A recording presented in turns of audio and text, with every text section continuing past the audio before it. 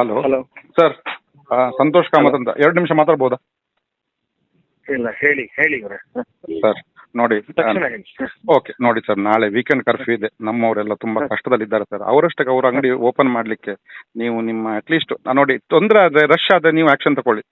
But ಆದ್ರೆ ಅವರಷ್ಟಕ್ಕೆ ಒಂದು open ಮಾಡಿ. ಒಂದು ರಿಕ್ವೆಸ್ಟ್ ನಿಮ್ಮ ಹ್ಯುಮ್ಯಾನಿಟಿ ಬೇಸ್ಡ್ ರಿಕ್ವೆಸ್ಟ್ ನೋಡಿ. ನಾವು 99% ನಾವು ಮುಂದಿನ ವಾರದೊಳಗಡೆ ನಾವು 2% ಒಳಗಡೆ ಹೋಗ್ತೀವಿ ನಾವು. ಓಕೆ, ಈಗ ಆಕ್ಚುಲಿ ನಿನ್ನೆ ಸ್ವಲ್ಪ ಕಡಿಮೆ ಆಗಿದ್ರೆ ನಾವು ನಿನ್ನೆ ಅಷ್ಟೊತ್ತಿಗೆ ನಾವು 2% ಒಳಗಡೆ ಹೋಗ್ತಾ ಇದ್ವಿ. ಇವತ್ತು 2.04% ಇದೀವಿ ನಾವು. ಓಕೆ, ಮುಂದಿನ ವಾರದಲ್ಲಿ ಡೆಫಿನೆಟ್ಲಿ ಅದು ರೆಡ್ಯೂಸ್ ಆಗುತ್ತೆ. ಮೇ ಬಿ ಅವಾಗ ನಾವು ಜನಪ್ರತಿನಿಧಿಗಳ ಮುಖಾಂತರ ನಾವು ಸರ್ಕಾರಕ್ಕೆ ರಿಕ್ವೆಸ್ಟ್ ಮಾಡಿ ವೀಕೆಂಡ್ ಕರ್ಫ್ಯೂನ ತೆಗಿಯೋದಕ್ಕೆ ನಾವು ರಿಕ್ವೆಸ್ಟ್ ಮಾಡ್ಕೋಬಹುದು.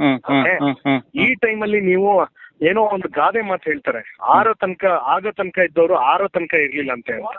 ಅಂದ್ರೆ ಒಂದು ಪಾಯಸ ಬಿಸಿ ಇರೋದು ಕಾದ್ರಂತೆ ಪಾಯಸ ಆಗ ತನಕ, ಆದ್ರೆ ಬಿಸಿ ಇರೋದು 6ಕ್ಕಿಂತ ಮುಂಚೆನೆ ಬಾಯಿಗೆ ಹಾಕೊಂಡು ಬಾಯಿ ಸುತ್ಕೊಂಡಿದ್ರಂತೆ. ಆ ರೀತಿ ಆಗ್ತಾ ಇದೆ ನಿಮ್ದು. ಇಲ್ಲಿ ತನಕ ಇಷ್ಟು ದಿವಸ ಕಷ್ಟದಲ್ಲಿ ತಡ್ಕೊಂಡಿದ್ದೀರಾ ನೀವೆಲ್ಲ. ಅಲ್ಲ ಸರ್, ಚಿಂತಾಜನಕ ಆಗ್ತಾ ಇದೆ ಸರ್.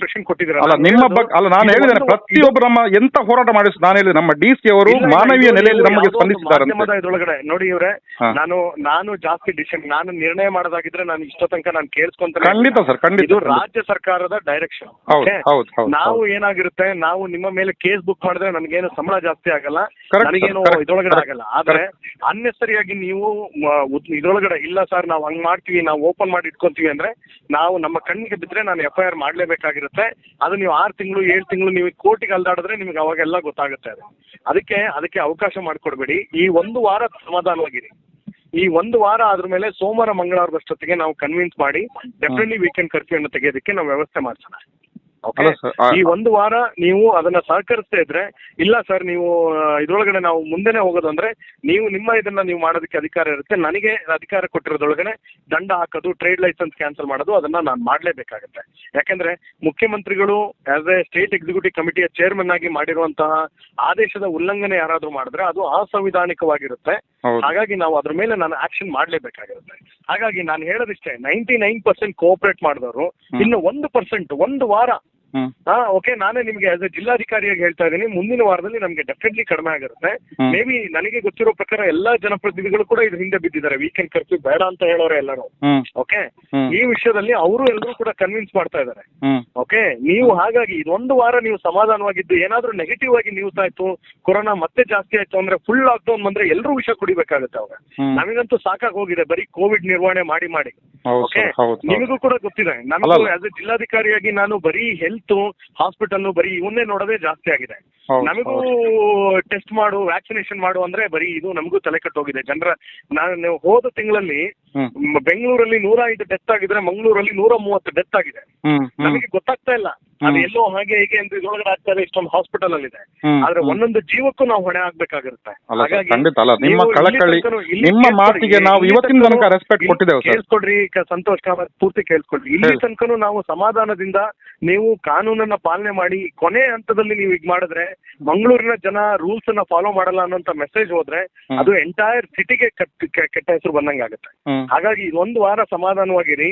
ಮುಂದಿನ ವಾರದೊಳಗಡೆ ಡೆಫಿನೆಟ್ಲಿ ಜನಪ್ರತಿನಿಧಿಗಳು ಹೋರಾಟ ಮಾಡ್ತಾ ಇರೋದಕ್ಕೆ ನಾನು ಕೂಡ ಅಲ್ಲಿ ರೆಕಮೆಂಡ್ ಮಾಡಿ ಹೇಳ್ತೇನೆ. ಮುಂದಿನ ವಾರದಲ್ಲಿ ವೀಕೆಂಡ್ ಕರ್ಫ್ಯೂ ಅನ್ನು ತಗ್ಸೋದಕ್ಕೆ ವ್ಯವಸ್ಥೆ ಮಾಡ್ಸೋಣ. ಆಯ್ತು ಸರ್, ಆಯ್ತು. 1 ವಾರ ನೀವು ನಾನು ಹೇಳಿರುವಂತ ಮಾತುಗಳನ್ನ ನಿಮ್ಮ ಎಲ್ಲಾ ವರ್ತಕ ಸಂಘದವರಿಗೆ ಹೇಳಿ. ಅನ್ನೆಸರಿ ನಾವೇನಾಗುತ್ತೆ ಗೊತ್ತಾ, ಬಲ ಪ್ರಯೋಗ ಮಾಡಾಗಿ ಮಾಡಬೇಡಿ. ನನಗೆ ಅದು ಡೆಫಿನೆಟ್ಲಿ ಇಷ್ಟ ಇಲ್ಲ. ಸರ್ ನಾವು ಓಪನ್ ಮಾಡೇ ಮಾಡ್ತೀವಿ ಅಂದ್ರೆ ನಾನು ಅವಾಗ ಏನು ಮಾಡಕ್ಕಾಗಲ್ಲ. ನಾನು ಅವಾಗ ನಮ್ಮವರಿಗೆ ದಂಡ ಹಾಕಿ ಫೈನ್ ಹಾಕಿ ನಿಮ್ಗೆ ಹರಾಸ್ಮೆಂಟ್ ಮಾಡಿ ಅಂತ, ಅದರಿಂದ ನನಗೆ ಏನು ಸಾಧ್ಯ ಆಗಲ್ಲ. ಹಾಗಾಗಿ ನೀವು ಒಳ್ಳೆ ವ್ಯಕ್ತಿ ಇದೀರಾ, ನೀವು ನಿಮ್ಮ ಇದ್ರೊಳಗಡೆ ಇದನ್ನ ಕಮ್ಯುನಿಕೇಟ್ ಮಾಡಿ. ಇದು 1 ವಾರ ಸಮಾಧಾನವಾಗಿದ್ರೆ ಮುಂದಿನ ವಾರದಲ್ಲಿ ಎಲ್ಲಾ ಸರಿಯಾಗುತ್ತೆ. ಆಯ್ತು ಸರ್, ಆಯ್ತು. ನಾನು ನಿಮ್ಗೆ ಇಷ್ಟು ದಿನ ನಿಮ್ಮನ್ನು ನಾನು ತುಂಬಾ ಗೌರವಿಸಿದ್ದೇನೆ.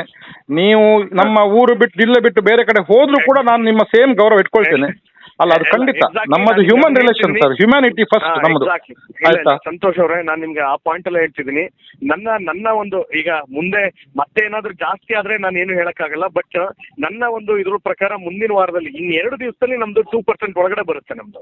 ಆಯ್ತು ಸರ್, ಆಯ್ತು. ಓಕೆ, ಮುಂದಿನ ವಾರದಲ್ಲಿ ಆಗದೆ ಇದ್ರೆ ನೀವು ಅದನ್ನ ಮತ್ತೆ ನಾವು ಸರ್ಕಾರದ ಗಮನಕ್ಕೆ ತರ್ತೀವಿ. ಅವರು ಕೂಡ ಏನೇನು ಇದು ಮಾಡಿ ನೋಡ್ತಾರೆ. ಆಯ್ತು ಸರ್, ಮತ್ತೆ 1 ವಾರ ಸಹಕರಿಸಿ. ಆಯ್ತು. ಮತ್ತೆ ಒಂದು ನಿಮ್ಮದೇ ಪರ್ಮಿಷನ್ ಕೇಳೋದು. ಈಗ ನಾನು ನಿಮ್ಮ ಹತ್ರ ಮಾತಾಡಿದಲ್ಲ, ಈ ವಾಯ್ಸ್ ರೆಕಾರ್ಡಿಂಗ್ ಅನ್ನು ನಾನು ನನ್ನ ಗ್ರೂಪ್ ಅಲ್ಲಿ ಶೇರ್ ಮಾಡ್ಲಲ್ಲ? ಅದನ್ನ ಏನಪ್ಪ ನಾನು ಅದನ್ನ ಹೇಳಕ್ಕಾಗಲ್ಲ. ಅಲ್ಲ ನಾನು ನಿಮ್ಮ ಅಲ್ಲ ಯಾಕಂದ್ರೆ ನೋಡಿ ನಿಮ್ಮ ಬಗ್ಗೆ ನಾನು ಪರ್ಸನಲಿ ನಂಗೆ ತುಂಬಾ ರಿಗಾರ್ಡ್ಸ್ ಇದೆ. ನಾನು ಅದ್ರ ಬಗ್ಗೆ ನಾನು ನಿಮ್ಗೆ ಹೇಳಕ್ಕಾಗಲ್ಲ ಇವ್ರೆ. ಅಲ್ಲ ನಮ್ಮ ಗ್ರೂಪ್ ಅಲ್ಲಿ ಮಾತ್ರ ನಾನು ಕಮೆಂಟ್ ಮಾಡಿದೆ, ನಾವು ಅವರಿಗೆ ಒಂದು ಧೈರ್ಯ ತುಂಬಿದ್ದೇವೆ. ಅದನ್ನೇ ಹೇಳಿದ್ನಲ್ಲ, ನಾನು ನಿಮ್ಗೆ ಮಾಡಿ ಅಂತಾನು ಹೇಳಕ್ಕಾಗಲ್ಲ, ಮಾಡಬೇಡಿ ಅಂತಾನು ಹೇಳಕ್ಕಾಗಲ್ಲ. ಆಯ್ತು, ನಿಮ್ಗೆ ಏನು ಸರಿ ಅನ್ಸುತ್ತೋ ಅದು ಮಾಡಿ. ಆಯ್ತು ಸರ್, ಆಯ್ತು. Okay thanks for your concern sir. Okay.